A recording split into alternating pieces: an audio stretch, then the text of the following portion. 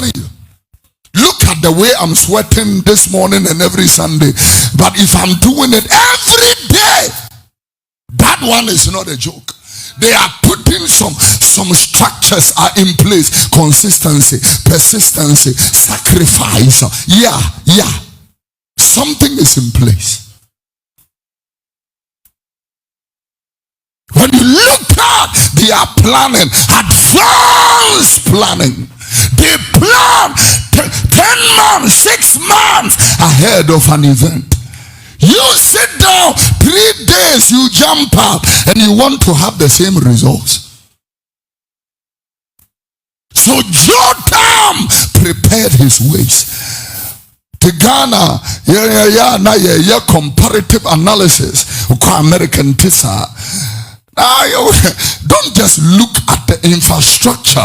Look at the heart, the conscience, the motives.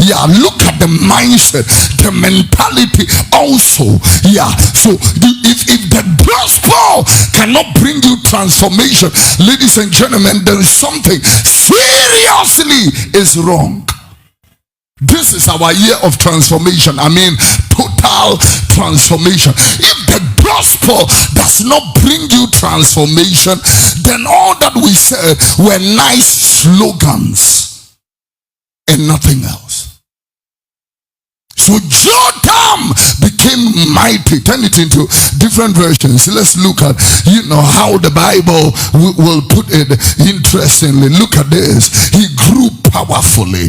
Jotham became extremely powerfully because he faithfully obeyed the Lord his God. Turn it to another version. Look at this. He said, so Jotham grew powerful because he directed his ways before the Lord his God. Another version, look at this. He said King Jotham became powerful because he was careful.